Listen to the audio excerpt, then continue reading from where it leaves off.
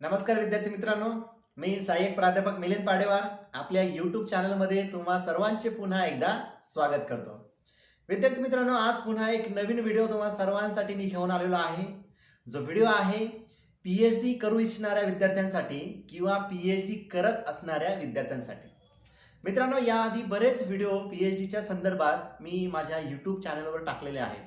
जसे की सावित्रीबाई फुले पुणे विद्यापीठाची पेट एक्झाम होणार आहे, तर ती पेट एक्झामचा फॉर्म भरत असताना तो फॉर्म कसा भरायचा आहे, त्याचा सिलेक्शन क्रायटेरिया काय आहे, इलिजिबिलिटी काय आहे, या सर्व गोष्टींची माहिती देणारा तो व्हिडिओ मी अपलोड केलेला आहे. त्यानंतर पुण्यश्लोक अहिल्याबाई होळकर सोलापूर विद्यापीठाचा एक व्हिडिओ आहे, तोही पेट एक्झामचाच आहे. त्यानंतर शिवाजी विद्यापीठाचा आहे. त्यानंतर अहिल्याबाई होळकर विद्यापीठ सोलापूर यांनी जी पेट एक्झाम होणार आहे ती ऑनलाईन कशा पद्धतीने होणार आहे, काय गाईडलाईन्स आहेत, या सर्वांवर तो व्हिडिओ मी अपलोड केलेला आहे. तर मित्रांनो, आज एक थोडासा वेगळा व्हिडिओ मी तुम्हा सर्वांसाठी घेऊन आलेलो आहे. विद्यार्थी मित्रांनो, ह्या विद्यापीठाच्या पेट एक्झाम काही दिवसातच होणार आहे. त्या एक्झाम झाल्यानंतर तुमची जी लिस्ट आहे, फायनल लिस्ट, सिलेक्शन लिस्ट, ती प्रिपेअर केली जाईल आणि ती पब्लिश केली जाईल. आता ती लिस्ट पब्लिश केल्यानंतर तुम्हाला त्या त्या रिसर्च सेंटरला जाऊन एक टेंटेटिव्ह विषय घेऊन तुम्हाला त्या ठिकाणी जावं लागेल आणि जी कमिटी आलेली आहे त्या कमिटीसमोर तुम्ही जो एक टेंटेटिव्ह विषय निवडलेला आहे, ज्या विषयामध्ये तुम्हाला रिसर्च करण्याची इच्छा आहे, पीएचडी करण्याची इच्छा आहे, अशा विषयाचं प्रेझेंटेशन तुम्हाला त्या कमिटीसमोर द्यायचं आहे.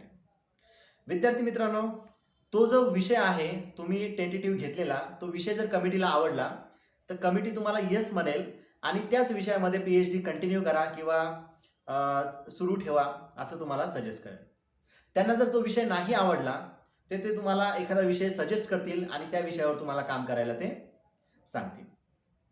विद्यार्थी मित्रांनो, जर तुमचा विषय त्यांनी ॲक्सेप्ट केल्यानंतर तुमचं जे काही रिसर्च प्रपोजल आहे, प्रेझेंटेशनचं जे प्रपोजल आहे, ते रिसर्च प्रपोजल RRC कमिटीकडे, म्हणजेच तुमचं जे विद्यापीठ असेल त्या विद्यापीठाकडे ते व्हेरिफिकेशनला पाठवलं जातं. आता विद्यापीठामध्ये जी काही कमिटी असते ती कमिटी पुन्हा तुमच्या त्या रिसर्च प्रपोजलचा अभ्यास करते आणि काही चेंजेस असेल किंवा टॉपिकमध्ये जर काही प्रॉब्लेम असेल तर ते तुम्हाला सजेशन रिसर्च सेंटरच्या माध्यमातून पाठवत असते. आता रिसर्च सेंटरकडून जेव्हा तुम्हाला ते लेटर येतं की तुमचा सब्जेक्ट अप्रूव्ड झाला आहे का, तुमचा सब्जेक्ट रिजेक्ट झाला आहे का, तुमच्या सब्जेक्टमध्ये काही मॉडिफिकेशन करायचं आहे का, हे सगळे जे काही चेंजेस आहे किंवा त्यांचे सजेशन आहे, किंवा तुमचा सब्जेक्ट जर अप्रूव्ड झाला असेल तर तुम्ही तुमचा रिसर्च करू शकता, असं अप्रूव्डचा एक त्यांचा लेटर असतं, मेसेज असतो. तर हा मेसेज आल्यानंतर तुम्हाला ॲक्च्युअल तुमच्या थेसिस रायटिंगला सुरुवात करावी लागते. विद्यार्थी मित्रांनो, थेसिस रायटिंग करत असताना नेमका आता थेसिस कसा लिहायचा, असे बरेच प्रश्न आपल्या डोळ्यासमोर, आपल्या समोर उभे राहिलेले असतात.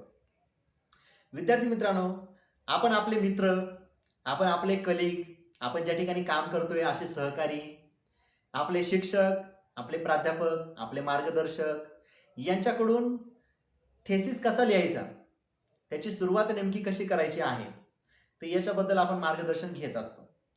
परंतु हे मार्गदर्शन घेतलं जरी असलं तरी ॲक्च्युअल काम हे तुम्हाला स्वतःलाच करायचं आहे.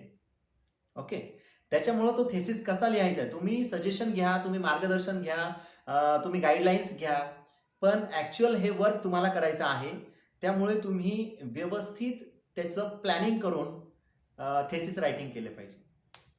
विद्यार्थी मित्रांनो, थेसिस रायटिंग करत असताना म्हणजे ॲक्च्युअल वर्क सुरू करत असताना ते कसं करायला पाहिजे, त्याचा एक स्टँडर्ड फॉर्मॅट आहे का, हा सगळा अभ्यास आपल्याला केला पाहिजे. विद्यार्थी मित्रांनो, जनरली पीएचडी करत असताना काही चॅप्टरायझेशन स्कीम विद्यापीठाने ठरवून दिलेली असते की ह्या चॅप्टर स्कीममध्ये तुम्ही तुमचा रिसर्च, तुम्ही तुमची पीएचडी करू शकता. विद्यार्थी मित्रांनो, जनरली 5, 6 किंवा 7 चॅप्टरमध्ये तुमचा पीएचडीचा थेसिस कंप्लीट होत असतो आणि जनरली 250 ते 350 पेजेसमध्ये तुमचा थेसिस कंप्लीट होत असतो, म्हणजे स्टँडर्ड फॉर्मॅट आहे.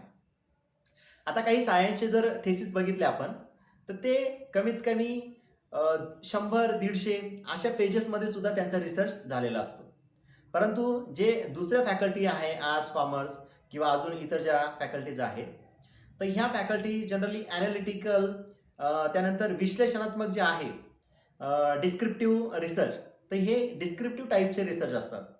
तर असे रिसर्च किंवा अशी PhD करत असताना तुम्हाला कमीत कमी 250 ते 350 पेजेसमध्ये हे काम करणं गरजेचं आहे. विद्यार्थी मित्रांनो, आता ॲक्च्युअल तुमच्या थेसिसची रायटिंग करत असताना म्हणजे तुमचा जो काही संशोधनाचा पार्ट आहे तो सुरू करत असताना जे तुम्ही चॅप्टरायझेशन ठरवलं आहे, तर काय चॅप्टरायझेशन स्कीम आहे, किती चॅप्टरमध्ये तुम्ही करणार आहात, ते तुम्ही एकदा फायनल केलं की तुम्ही तुमच्या पहिल्या चॅप्टरला सुरुवात करायची आहे. आता जनरली फर्स्ट चॅप्टर जे आहे, पहिलं चॅप्टर जे आहे ते इंट्रोडक्शन म्हणजे प्रस्तावनेचं असतं. आता हे प्रस्तावनेचं चॅप्टर सुरू करत असताना एक्झॅक्टली इंट्रोडक्शन या पार्टमध्ये कुठल्या कुठल्या गोष्टी एक्सपेक्टेड आहेत, कुठल्या गोष्टी त्यामध्ये इन्व्हॉल्व असायला पाहिजेत. कारण आपल्याला जनरली इन्फॉर्मेशन नसते की फर्स्ट चॅप्टर आहे तर त्यामध्ये आपण काय लिहिलं पाहिजे, किती पेजेस आपण लिहिलं पाहिजे. तर मित्रांनो, फर्स्ट चॅप्टर हे कमीत कमी 50 पेजेसचं असायला हवं. या 50 पेजेसच्या आत बाहेर तुम्ही फर्स्ट चॅप्टर फिनिश करू शकता. विद्यार्थी मित्रांनो, फर्स्ट चॅप्टर हे पूर्णपणे डिपेंड आहे तुमच्या सेकंडरी डेटावर. म्हणजे तुम्ही आतापर्यंत जे काही वाचलं आहे, तुम्ही समजा एखाद्या कन्सेप्टवर काम करत आहात, एखाद्या गोष्टीवर काम करत आहात, तर त्या गोष्टीशी रिलेटेड ज्या काही कन्सेप्ट असतील त्या वेगवेगळ्या पुस्तकामध्ये कुठे तुम्ही बघितल्या आहेत, तर ह्या गोष्टीचा अभ्यास करून तुम्हाला त्या ठिकाणी त्या मेन्शन करायच्या आहेत. मग तुम्ही सेकंडरी डाटा कुठला वापरणार, तर तुम्ही बुक्स वापरू शकता, तुम्ही थेसिस वापरू शकता, तुम्ही आर्टिकल्स वापरू शकतात, तुम्ही जर्नल्स वापरू शकतात, काही न्यूजपेपरचे कटिंग असतील, काही ब्लॉग्स असतील, इंटरनेटवरची माहिती असेल, या सगळ्या माहितीचा वापर तुम्ही फर्स्ट चॅप्टरमध्ये, इंट्रोडक्शन चॅप्टरमध्ये करू शकणार आहात. मित्रांनो, फर्स्ट चॅप्टर सुरू करत असताना तुमच्या विषयाच्या ज्या कन्सेप्ट आहे, या कन्सेप्ट मॅक्रो टू मायक्रो असा तुमचा अभ्यास असला पाहिजे. म्हणजे नॅशनल लेवलला, इंटरनॅशनल लेवलला त्याचा स्टडी काय आहे, त्याच्या कन्सेप्ट काय आहे, त्यावर कोणी कोणी काम केलं आहे, याची इन्फॉर्मेशन तुम्हाला आधी त्या ठिकाणी लिहायची आहे. नंतर तुम्हाला देशाच्या पातळीवर म्हणजे नॅशनल लेवलला यायचं आहे. देशाच्या पातळीवर त्या कन्सेप्ट विषयी काही काही काम झालेलं आहे का, काही गव्हर्नमेंटच्या पॉलिसी झाल्या आहे का, ते तुम्हाला बघायचं आहे. त्यानंतर तुम्हाला स्टेट लेवलला यायचं आहे. स्टेट लेवलला त्यावर काही काम झालेलं आहे का, ते तुम्हाला बघायचं आहे. त्यानंतर डिस्ट्रिक्ट लेवलला यायचं आहे. ग्राउंड लेवलला तुम्हाला तुमच्या तालुक्यापर्यंत यायचं आहे आणि मग तुमच्या विषयाचं तुम्हाला स्टडी काय काय झालेलं आहे आणि तुम्ही त्याच्यामध्ये काय वेगळेपणा दाखवणार आहात, या सगळ्या गोष्टींची माहिती तुम्हाला फर्स्ट चॅप्टरमध्ये द्यायची आहे. काही लिगल ॲस्पेक्ट असतील, काही कायदेशीर तरतुदी त्या कन्सेप्टच्या बाबतीत असतील, त्या अभ्यासाच्या बाबतीत असतील, तर त्याही तुम्हाला त्या ठिकाणी मेन्शन कराव्या लागतील. तर ह्या सगळ्या गोष्टींचा इन्व्हॉल्वमेंट जी आहे, समावेश जो आहे, तो तुम्हाला पहिल्या चॅप्टरमध्ये द्यायचा आहे. ओके. आता मित्रांनो, आपण येणार आहोत सेकंड चॅप्टरकडे. सेकंड चॅप्टर हा तुमचा रिव्ह्यू ऑफ रिलेटेड लिटरेचर म्हणजे संशोधन साहित्याचा आढावा तुम्हाला या ठिकाणी द्यायचा आहे. विद्यार्थी मित्रांनो, संशोधन साहित्याचा आढावा हे चॅप्टर तुम्ही तयार करत असताना पुन्हा तुम्हाला प्रस्तावना थोडीशी द्यायची आहे की हा जो टॉपिक आहे, हे जे चॅप्टर आहे एक्झॅक्टली काय असतं. ओके. आता तुमच्या विषयाच्या संदर्भात किंवा तुमच्या कन्सेप्टच्या संदर्भात याच्या आधी कोणी काही काम केलं आहे का, भले ते काम सिमिलर नसेल पण त्याच्याशी रिलेटेड काही जर काम असेल तर त्या गोष्टींचा समावेश तुम्ही या चॅप्टरमध्ये करू शकणार आहात. हा चॅप्टर सुद्धा totally depend on your secondary data यावरच अवलंबून आहे.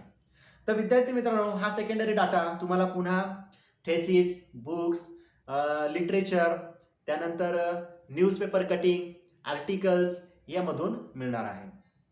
तर विद्यार्थी मित्रांनो, एक सिक्वेन्स तुम्ही ठरवून घ्यायचा की पहिले तुम्हाला बुक्सचं रिव्ह्यू ऑफ रिलेटेड लिटरेचर करायचं आहे, त्याचा आढावा घ्यायचा आहे. त्यानंतर आर्टिकल्स घ्यायचे आहेत. त्यानंतर जे न्यूजपेपर कटिंग आहे ते घ्यायचे आहे आणि ते देत असताना त्यावर तुमचा व्ह्यू काय आहे. समजा एखादा थेसिस तुमच्या विषयाशी बऱ्यापैकी सिमिलर आहे, तर ते सिमिलर जो टॉपिक आहे, सिमिलर जे काही कन्सेप्ट आहे, त्या कन्सेप्टवर त्या जो रिसर्चर आहे त्यांनी काय काम केलं आहे आणि तुम्हाला काय काम करायचं आहे, तुमचं काम त्या कामापेक्षा कसं वेगळं आहे, हे तुम्हाला तुमच्या त्या सेकंड चॅप्टरमध्ये लिहायचं आहे. तर विद्यार्थी मित्रांनो, हे करत असताना जनरली तुम्ही असं ठरवलं पाहिजे की 5 ते 6 थेसिसचा तुम्ही अभ्यास करा, 5 ते 6 आर्टिकलचा तुम्ही अभ्यास करा, 5 ते 6 न्यूजपेपर कटिंगचा तुम्ही अभ्यास करा, काही इंटरनेटच्या साईट असतील त्या साईटचा तुम्ही अभ्यास करा, काही रिव्ह्यूज असतील बाकीच्यांचे ते तुम्ही त्याच्यामध्ये घ्या, काही स्वतःचं तुम्ही मत त्या ठिकाणी प्रदर्शित करा आणि ह्या असा तुमचा सेकंड चॅप्टर कंप्लीट होऊ शकणार आहे. काही तुम्ही वेगवेगळ्या लायब्ररी वेगवेगळ्या विद्यापीठामध्ये जाऊन शोधू शकता की तुमच्या विषयाशी संबंधित काही काम त्या ठिकाणी झालेलं आहे का, त्याचा काही पार्ट आपल्याला रिव्ह्यूसाठी घेता येणार आहे का, त्या रिसर्चपेक्षा तुमचं काम वेगळं आहे हे कसं पटवून देता येईल यासाठी तुम्हाला थोडंसं फिरावं लागेल, थोडीशी इन्फॉर्मेशन कलेक्ट करावी लागणार आहे. विद्यार्थी मित्रांनो, याच्यानंतर थर्ड चॅप्टरकडे आपण येऊ. थर्ड चॅप्टर जो असतो रिसर्च मेथोडॉलॉजी म्हणजेच संशोधन कार्यपद्धती. आता यामध्ये तुम्हाला काय करायचं आहे तर यामध्ये टोटली तुम्हाला जे तुमचं रिसर्च प्रपोजल तुम्ही तयार केलं होतं त्या रिसर्च प्रपोजलचा टोटली पार्ट तुम्हाला ह्या चॅप्टरमध्ये टाकायचा असतो. म्हणजे थोडासा इंट्रोडक्शन टाकायचं, त्यानंतर तुमच्या संशोधनाचे ऑब्जेक्टिव्ह उद्दिष्ट काय आहेत ते तुम्हाला या ठिकाणी टाकायचे आहेत. त्यानंतर तुम्ही हायपोथिसिस काय मांडले आहेत ते हायपोथिसिस तुम्हाला या ठिकाणी मेन्शन करायचे. तुमच्या संशोधनाचा स्कोप काय आहे ते तुम्हाला या ठिकाणी टाकायचं आहे. लिमिटेशन काय आहे तुमच्या संशोधनाचे ते लिमिटेशन तुम्हाला या ठिकाणी टाकायचे आहे. त्यानंतर भविष्य काळामध्ये या संशोधनाचा काय फायदा होऊ शकतो हे तुम्हाला या ठिकाणी मेन्शन करायचं आहे. ओके, या सगळ्या गोष्टी तुम्ही टाकत असताना हे जे चॅप्टर आहे हे कमीत कमी तुम्हाला 20 ते 25 पानं, जास्त नाही 20 ते 25 पानांचं सफिशियंट आहे. एवढ्या पानांचं हे थर्ड चॅप्टर तुम्हाला करायचं आहे. ओके, आता त्यानंतर विद्यार्थी मित्रांनो आपल्याला यायचं आहे पुढच्या म्हणजे 4th नंबरच्या चॅप्टरकडे. 4th नंबरचं चॅप्टर जे आहे ते आहे प्रोफाईलचं. ओके, आता प्रोफाईल कुठलं तर जो टॉपिक तुम्ही निवडला आहे त्या टॉपिकचं प्रोफाईल काय आहे. ओके, फॉर एक्झाम्पल मी जर नाशिक जिल्ह्याचा अभ्यास करत आहे तर नाशिक जिल्ह्याचा अभ्यास करत असताना मी जर स्कॉलरशिप पॉलिसीजवर अभ्यास करत आहे, ह्युमन रिसोर्स डेव्हलपमेंट मनुष्यबळावर अभ्यास जर मी करत असेल तर मला मायक्रो टू मॅक्रो असं यावं लागेल. ते येत असताना जर मी नाशिक जिल्ह्याचा अभ्यास करत आहे तर नाशिक जिल्ह्यामध्ये मला जी इन्फॉर्मेशन मला इम्पॉर्टंट आहे ती इन्फॉर्मेशन मला त्या ठिकाणी द्यायची आहे. मग नाशिकची जॉग्राफिकल बॅकग्राऊंड असेल, त्यानंतर राजकीय, सामाजिक, शैक्षणिक काय प्रगती आहे, काय त्याचा आढावा आहे, तो आढावा मला या ठिकाणी घ्यावा लागेल. ही सर्व इन्फॉर्मेशन मला ह्या चॅप्टरमध्ये द्यावी लागेल, जेणेकरून माझा थेसिस जर विद्यापीठामध्ये असेल आणि माझा थेसिस जर कोणी वाचत असेल तर त्या व्यक्तीला मी कुठल्या ठिकाणी रिसर्चचं काम केलं आहे, कुठल्या जिल्ह्याचा मी अभ्यास केला आहे, कुठल्या घटकाचा अभ्यास मी केलेला आहे, तर त्या घटकाबद्दल, त्या एरियाबद्दल, त्या जिल्ह्याविषयी एकदम व्यवस्थित अशी माहिती समोरच्या व्यक्तीला मिळाली पाहिजे. तर मित्रांनो, अशा पद्धतीने आपल्याला प्रोफाईल हे 4 नंबरचं चॅप्टर तयार करायचं आहे. आता हे चॅप्टर केल्यानंतर त्या ठिकाणी आपण कुठल्या एजचा अभ्यास करतोय, कुठल्या वयोगटाचे लोक होते, विद्यार्थी होते, त्यांचं शिक्षण काय आहे, त्यांचा रोजगार काय आहे, तर हे सगळं चार्टमध्ये आपल्याला व्यवस्थित ते दाखवायचं आहे. ते आपल्याला ह्या प्रोफाईल या चॅप्टरमध्ये दाखवायचं असतं. त्यानंतर मित्रांनो पुढचं जे चॅप्टर आहे 5 नंबरचं तर ते आहे डाटा एनालिसिस अँड इंटरप्रिटेशन. तर विद्यार्थी मित्रांनो हे chapter totally depend on your data collection. जो डाटा तुम्ही तुमच्या रिसर्चसाठी वापरणार आहात, जो प्रायमरी डाटा तुम्ही कलेक्ट केलेला आहे त्या डाटाचं इंटरप्रिटेशन तुम्हाला या ठिकाणी करायचं आहे. फॉर एक्झाम्पल मी जर स्कॉलरशिपचा विषय घेतलेला असेल, मला जर किती विद्यार्थ्यांना स्कॉलरशिप मिळते, किती जणांना मिळाली नाही, याचे ॲडव्हान्टेजेस काय आहे, डिसॲडव्हान्टेजेस काय आहे हे जर बघायचं असेल तर मी तशी क्वेश्चनायर तयार करून विद्यार्थ्यांकडून ती भरून घेईन. आणि ती भरल्यानंतर समजा मी 100 विद्यार्थ्यांचा सर्वे केला, 100 विद्यार्थ्यांचा सर्वे केल्यानंतर समजा 70 विद्यार्थ्यांना स्कॉलरशिप मिळाली आणि 30% विद्यार्थ्यांना स्कॉलरशिप मिळाली नाही, हे जर मला त्या क्वेश्चनायरमधून समजत असेल तर ती इन्फॉर्मेशन, ते चार्ट मी ह्या चॅप्टरमध्ये प्रेझेंट करेल, व्यवस्थित ते ड्रॉ करेल, ग्राफ, पाय चार्ट, बार डायग्राम याच्या माध्यमातून, आणि त्याच्या खाली लगेच इंटरप्रिटेशन देईल की 70% विद्यार्थ्यांना स्कॉलरशिप मिळाली आहे आणि 30% विद्यार्थ्यांना स्कॉलरशिप मिळालेली नाही. हे झालं माझं इंटरप्रिटेशन. म्हणजे तुम्हाला डाटा कलेक्शन आणि इंटरप्रिटेशन हे तुम्हाला त्याच ठिकाणी प्रेझेंट करायचं आहे. त्यानंतर विद्यार्थी मित्रांनो, पुढचं जे चॅप्टर आहे फाइंडिंग्स, सजेशन्स आणि कन्क्लुजन. आता यामध्ये तुम्हाला काय करायचं आहे की जी क्वेश्चन तुम्ही भरून घेतली आहे त्या क्वेश्चन आयरच्या बेसवरच तुमचं हे चॅप्टर पूर्ण डिपेंड आहे. आता फाइंडिंग्स म्हणजे काय, तर क्वेश्चन आयर भरून घेतल्यानंतर काय तुम्हाला समजलं. ओके, आता मी स्कॉलरशिपचा विषय घेतला होता, 70% विद्यार्थ्यांना स्कॉलरशिप मिळालेली आहे. तर माझं फाइंडिंग्स काय की 100 विद्यार्थ्यांना गव्हर्नमेंट सांगते की आम्ही स्कॉलरशिप देत आहोत, तर त्याच्यापैकी 70% विद्यार्थ्यांना स्कॉलरशिप मिळाली. हे माझं फाइंडिंग झालं. ओके, आता हे म्हणजे प्रत्येक प्रश्न जो आहे तो तुमचा फाइंडिंग्समध्ये येणार आहे, ती तुम्हाला फाइंडिंग्स मिळवून देणार आहे. ओके, सेकंड जे आहे सजेशन. आता सजेशन मी काय देऊ शकतो, तर 70% विद्यार्थ्यांना स्कॉलरशिप मिळाली पण 30% विद्यार्थ्यांना स्कॉलरशिप मिळालेली नाहीये. मग त्या 30% विद्यार्थ्यांना सुद्धा स्कॉलरशिप मिळायला पाहिजे यावर मी काम करेल. यावर सजेशन देईल की त्या 30% विद्यार्थ्यांना कशा पद्धतीने स्कॉलरशिप अजून बेटर मिळायला पाहिजे ते मी सजेशनमध्ये देऊ शकतो. तशी मी कल्पना त्या सजेशनमध्ये देऊ शकतो. त्यानंतर येतो आपला पार्ट कन्क्लुजनकडे. आता कन्क्लुजनकडे येत असताना कन्क्लुजन हा पार्ट जो आहे हा ओव्हरऑल तुमच्या पूर्ण पीएचडीचं कन्क्लुजन तुम्हाला द्यायचं आहे. ओके, म्हणजे ओव्हरऑल तुमचं पीएचडीचं कन्क्लुजन काय आहे हे तुम्हाला शेवटी निष्कर्ष द्यायचा आहे. Okay, scope for the further research किंवा scope for the further study ही गोष्ट त्याच्यामध्ये मेन्शन असली पाहिजे. तेव्हा हे जे सगळे चॅप्टर आहेत हे सगळे चॅप्टर्स मिळून तुमचं जे काही थेसिस आहे, पीएचडीचा जो थेसिस आहे तो कंप्लीट होणार आहे. विद्यार्थी मित्रांनो, थेसिस कंप्लीट झाल्यानंतर म्हणजे तुम्ही कन्क्लुजन वगैरे दिल्यानंतर सगळ्यात शेवटी तुम्हाला बिब्लिओग्राफी सुद्धा द्यावी लागते. आता बिब्लिओग्राफी म्हणजे काय, तर तुम्ही आतापर्यंत जे जे संदर्भ घेतले आहेत त्या संदर्भाचा सगळा आढावा, ती सगळी संदर्भ सूची म्हणजे बिब्लिओग्राफी. ती बिब्लिओग्राफी तुम्हाला तुमच्या कन्क्लुजनच्या शेवटी पेजेस ऍड करावे लागतात. ते दिल्यानंतर तुम्हाला अपेंडिक्स पण जोडावे लागते. आता अपेंडिक्समध्ये जे वेगवेगळे ग्राफ्स असतील, डायग्राम्स असतील, कॉलम असतील, त्यानंतर काही फोटोग्राफ्स असतील, ते सगळे फोटोग्राफ सुद्धा तुम्हाला त्या ठिकाणी अटॅच करायचे आहे. हे सगळं झाल्यानंतर तुमचा जो पीएचडीचा थेसिस आहे तो कंप्लीट होत असतो. विद्यार्थी मित्रांनो, ह्या ज्या युनिव्हर्सिटीच्या गाईडलाईन्स आहेत, डायरेक्शन आहेत, ह्या जर तुम्ही व्यवस्थित फॉलो केल्या तर तुमचा जो पीएचडीचा थेसिस आहे तो अतिशय उत्तम प्रकारे तयार होऊ शकतो.